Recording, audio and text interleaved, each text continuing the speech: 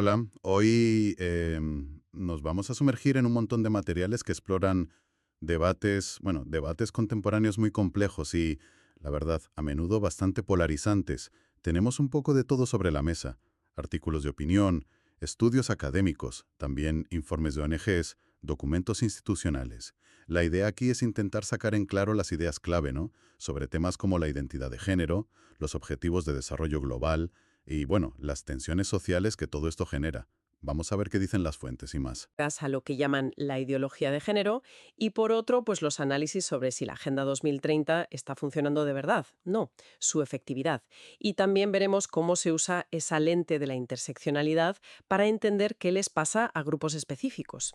Es una exploración, vamos, para entender un poco mejor estas corrientes de pensamiento que, según dicen las fuentes, dan forma a muchas discusiones hoy en día. Perfecto. Pues venga, vamos a ello, a desgranar un poco todo esto. Empecemos por ahí, por ese concepto que sale una y otra vez en varias fuentes: la crítica a la llamada ideología de género. A ver, ¿cómo la definen exactamente estos textos críticos? Pues mira, las fuentes que la critican piensa en sitios como forumlibertas.com o catholicnet. Sí, me suenan. Vale, pues estas la describen fundamentalmente como una construcción social, una que busca separar, pero de manera radical, el género, entendido como cómo te sientes tú, tu autopercepción, del sexo biológico. Argumentan que esta visión niega la realidad natural, la binaria de hombre y mujer, ¿sabes? Y que basa la identidad solo en la voluntad, en la subjetividad de cada uno. De hecho, una fuente recuerda que ya en Pekín, en el 95, Bella Abzug diferenciaba género de sexo justo para decir que los roles eran construcciones sociales, que podían cambiar. Entiendo la definición que recogen, pero ¿por qué les preocupa tanto? O sea, ¿qué riesgos concretos ven estas fuentes? ¿Qué consecuencias señalan? Pues señalan varias consecuencias que ellos ven como muy negativas, claro. Advierten sobre una fragmentación de la identidad humana. Fíjate que mencionan que se llega a hablar de 31 o hasta 58 identidades de género distintas. Dicen que esto socava pilares como la familia tradicional y la maternidad. Afirman que destruye el concepto mismo de naturaleza humana, esa idea de que hay un fundamento biológico objetivo, y que al final pues representa una amenaza para la civilización occidental tal y como la conocemos. Lo vinculan a una exacerbación del yo desvinculado, como un individualismo extremo, ¿no? Y lo ven como un paso previo hacia el posthumanismo, eso de superar lo humano. Y además, estos textos dicen que es una ideología política, que tiene afán de imponerse y que busca silenciar otras ideas, pues con censura o descalificando. Vale, esa es la visión crítica, queda muy clara en esas fuentes. Pero los materiales que tenemos también recogen análisis que le dan una vuelta diferente a esto, ¿no? Que lo interpretan más como una reacción social. Correcto. Hay otros documentos, pues por ejemplo la reseña del libro de Judith Butler que comentábamos, o el artículo de Cristina Vega, Ajá. pues ahí lo describen usando términos como pánico moral, o lo analizan como un fenómeno psicosocial, algo más complejo. Lo conectan con ansiedades sociales más amplias, ¿sabes? Provocadas por cambios rápidos, como los avances en derechos LGTBI+, o las distintas olas del feminismo.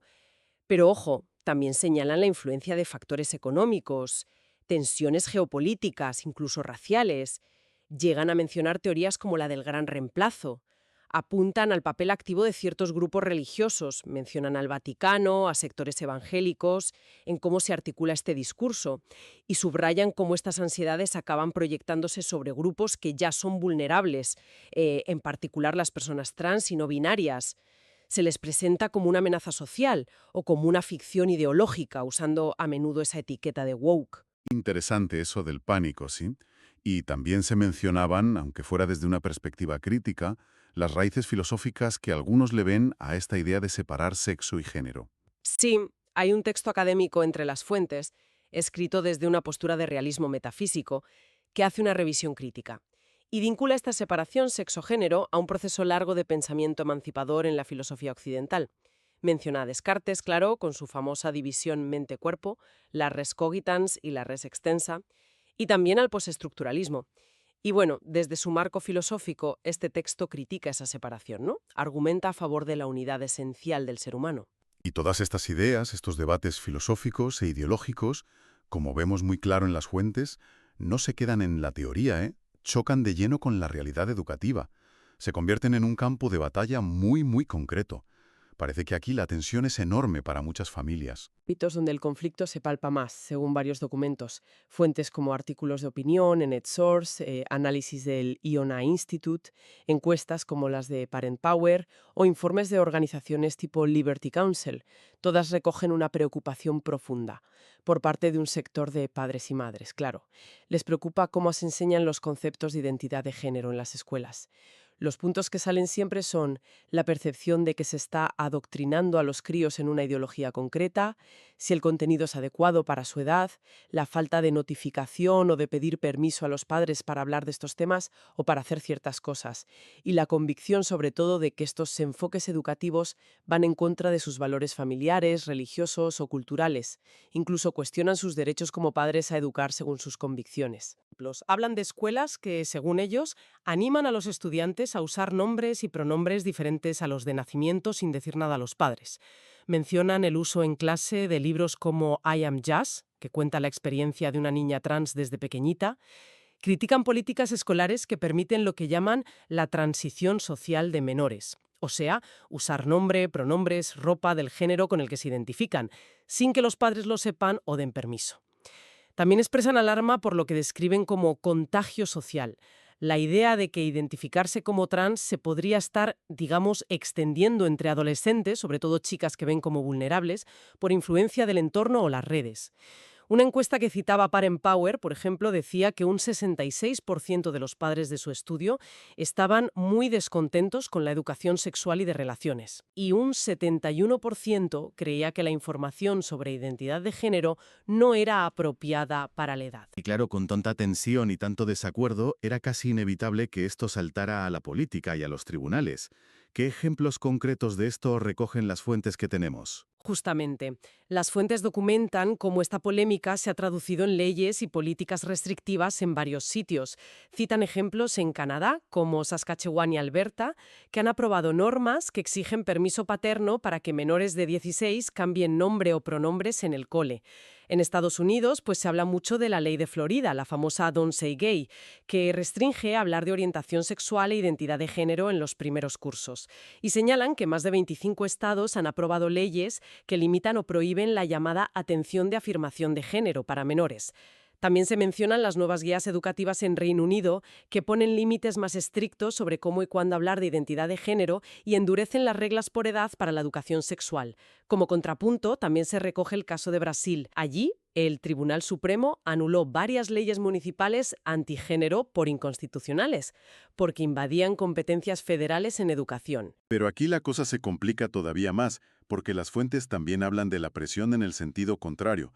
O sea, no solo hay protestas contra incluir estos temas, sino también contra los que sí los abordan. Así es, esa es la otra cara de la moneda, que aparecen documentadas, sí. Hay un informe de Human Rights Watch centrado en Brasil que expone la situación justo desde la perspectiva opuesta. Detalla amenazas, acoso, procedimientos disciplinarios que sufren docentes que sí deciden tratar temas de género y sexualidad en clase. A menudo se les acusa públicamente de adoctrinamiento ideológico. El informe recoge testimonios tremendos, ¿eh? Correos con amenazas de muerte, profesores como tú deberían morir, y describe campañas organizadas de descrédito en redes sociales contra estos profesores. Esto te da una idea de la tensión enorme y el ambiente tan hostil que pueden vivir los profesionales de la educación en este contexto. Y no es un caso aislado. Encuestas en otros sitios, como las que citan de Pew Research o Education Week en Estados Unidos, reflejan también cómo el miedo a la reacción de los padres y la falta de formación específica son barreras importantes. Desaniman a muchos docentes a tratar estos temas en el aula. Es tremendo, ¿sí? Ver esa doble presión sobre los educadores. Bueno, cambiamos ahora un poco el foco a una escala más global, aunque veremos que hay conexiones. La Agenda 2030 y los Objetivos de Desarrollo Sostenible, los ODS, aparecen bastante en los materiales. ¿Cómo los presentan en general? Pues la Agenda 2030 se describe en los documentos como el Gran Plan de Acción Global, el que adoptó Naciones Unidas en 2015.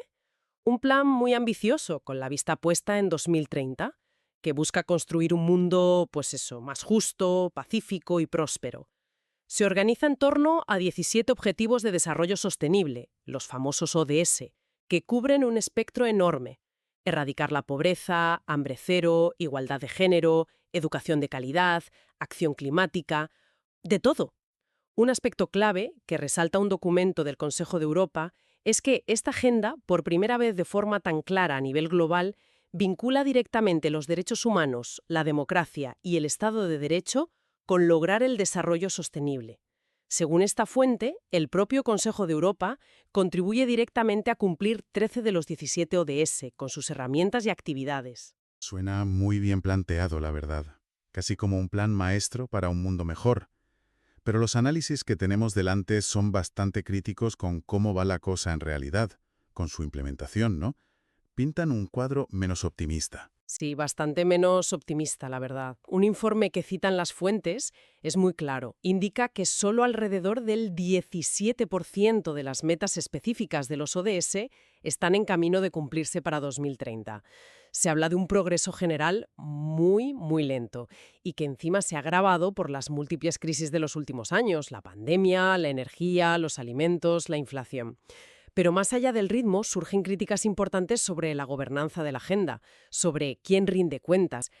Por ejemplo, el mecanismo principal de seguimiento son los informes nacionales voluntarios, los VNR por sus siglas en inglés, pero se consideran herramientas limitadas.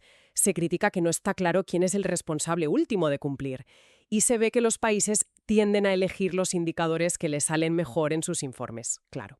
Un artículo en la publicación climática también apunta a que faltan leyes internacionales vinculantes y mecanismos de revisión que funcionen de verdad. Lo ve como un talón de Aquiles de la agenda. ¿Y qué me dices de dos temas clásicos en desarrollo? La financiación y la equidad, porque suelen ser los puntos flacos de estos grandes planes, ¿no? Efectivamente, las críticas recogidas en las fuentes también van directas ahí. Se señala que la conferencia de Addis Abeba de 2015, que se suponía que iba a sentar las bases para financiar la agenda, pues no logró establecer mecanismos fuertes para reducir las desigualdades financieras globales, ni para generar fuentes de financiación sostenible adicionales y significativas. El compromiso histórico de los países ricos de dar el 0,7% de su PIB para ayuda oficial al desarrollo, un objetivo acordado en 1969, pues sigue sin cumplirse por la inmensa mayoría. Según uno de los textos, solo 5 países lo alcanzan hoy. Además, la Agenda 2030 recibe críticas por cómo trata la igualdad racial. La califican de superficial en UN News, citando a una experta de la ONU, Tendai Achume. Otro estudio sobre pueblos indígenas dice que la agenda está básicamente desalineada con sus necesidades y derechos, que sus voces, fueron ignoradas en gran medida cuando se diseñó. Y hay más críticas, que la tachan de ser demasiado tecnocrática, muy de arriba a abajo y muy centrada en modelos de desarrollo occidentales, sin integrar bien otras visiones del mundo o enfoques distintos. O sea que, según estos análisis, nos encontramos con una brecha enorme entre lo que se prometió y la práctica real, y con dudas serias sobre la estructura misma de la agenda y a quién beneficia de verdad. Y encima, la propia idea de colaborar a nivel mundial parece cuestionada. Justo. Varias fuentes mencionan cómo actores políticos, sobre todo de extrema derecha, están atacando de frente el multilateralismo y los organismos internacionales que lo representan. Ponen el ejemplo del discurso del presidente argentino Milei en Davos.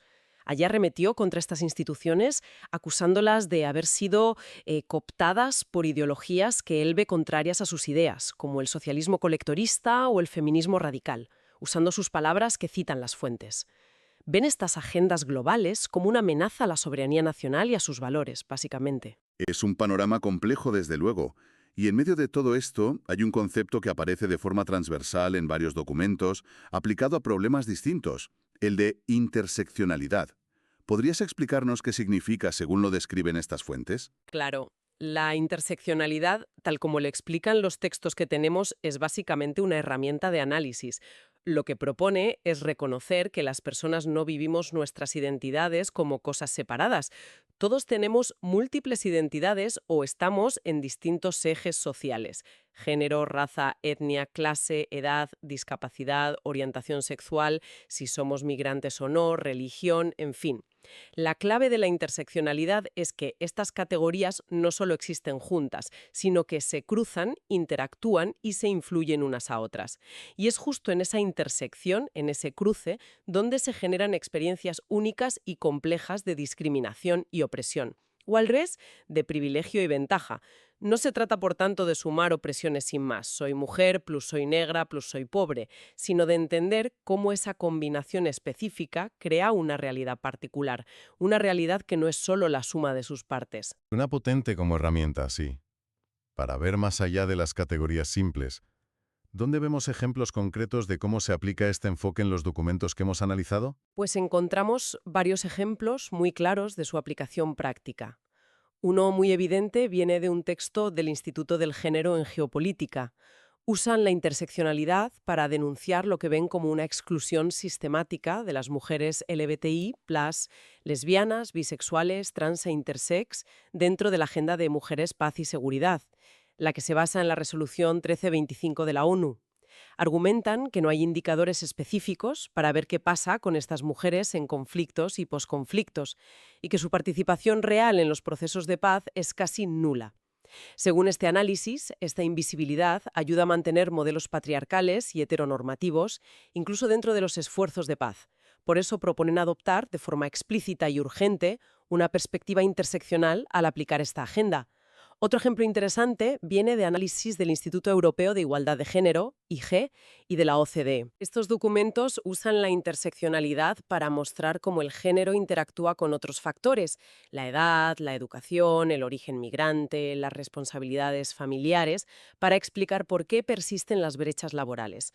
Ponen un énfasis especial en cómo estas brechas son todavía peores para las familias monoparentales, que en su mayoría están encabezadas por mujeres. La conclusión que sacan es clara. Para diseñar políticas de igualdad y empleo que funcionen de verdad, es fundamental tener y analizar datos desagregados, no solo por género, sino también por otros factores relevantes que interactúan con él. Mencionan incluso ejemplos de estrategias nacionales, como en Alemania o Lituania, que ya están intentando meter esta perspectiva interseccional al diseñar y evaluar sus políticas. Es fascinante ver cómo este enfoque saca a la luz capas de desigualdad que quizá pasarían desapercibidas si solo miramos un factor, como el género o la clase, por separado. Y vemos aplicaciones también en contextos muy distintos, como la salud. Sí, exactamente. Un estudio cualitativo hecho en Etiopía, que está en nuestras fuentes, es un buen ejemplo. Muestra cómo el género de las personas interactúa con su religión, su etnia, su nivel de pobreza o incluso lo lejos que viven de los centros de salud, y cómo toda esa mezcla de factores influye de forma decisiva en si acceden y usan los servicios de salud reproductiva, materna e infantil. El estudio explora cómo estos cruces cambian los roles de género tradicionales en las familias y afectan a quién toma las decisiones importantes sobre la salud. De forma parecida, encontramos referencias a otros estudios, por ejemplo, sobre las diferencias en el acceso a la planificación familiar en Camerún. Muestran cómo este acceso varía muchísimo no solo por género, sino también según dónde vivas, ciudad-campo, tu nivel de riqueza o tu educación. Y otro documento menciona los retos culturales y religiosos específicos que tienen los padres en Irán para hablar de educación sexual con sus hijos adolescentes. Ilustra cómo la cultura y la religión local se cruzan con las cuestiones de género y edad en ese contexto. Hemos navegado aguas complejas hoy, ¿eh? Sin duda. Un recorrido denso por debates intensos que reflejan esta colección de documentos, desde las polémicas sobre la naturaleza del género y su sitio en la sociedad y la educación, hasta los retos de las grandes agendas globales de desarrollo y esa necesidad, que parece clave, de mirar las desigualdades de forma cruzada, interseccional. Sí. Si algo queda claro después de revisar estas fuentes es que no hay respuestas sencillas ni consensos amplios en ninguno de estos temas, vamos. Tocan fibras muy sensibles, ¿no? Relacionadas con la identidad personal y colectiva, con valores fundamentales, con derechos individuales y de grupo, y con el papel que deben jugar instituciones clave: la familia, la escuela, el Estado, la comunidad internacional. Los documentos nos han mostrado la profundidad de los desacuerdos que hay, Pero también, de forma implícita, subrayan lo importante que es intentar entender la lógica y los argumentos detrás de las distintas posturas, aunque no las compartamos. Y para que la reflexión siga un poco más allá de nuestra charla, dejamos una pregunta abierta, una que surge directamente de las tensiones que hemos visto en los materiales. En un mundo que está cada vez más conectado globalmente, pero que a la vez parece cada vez más polarizado en sus valores, ¿cómo pueden las distintas sociedades gestionar estos conflictos tan profundos, especialmente cuando chocan visiones sobre derechos que se dicen universales con realidades culturales, tradiciones o creencias religiosas muy arraigadas localmente? ¿Cómo gestionar eso para intentar avanzar hacia un futuro que se perciba como más justo y sostenible para todos?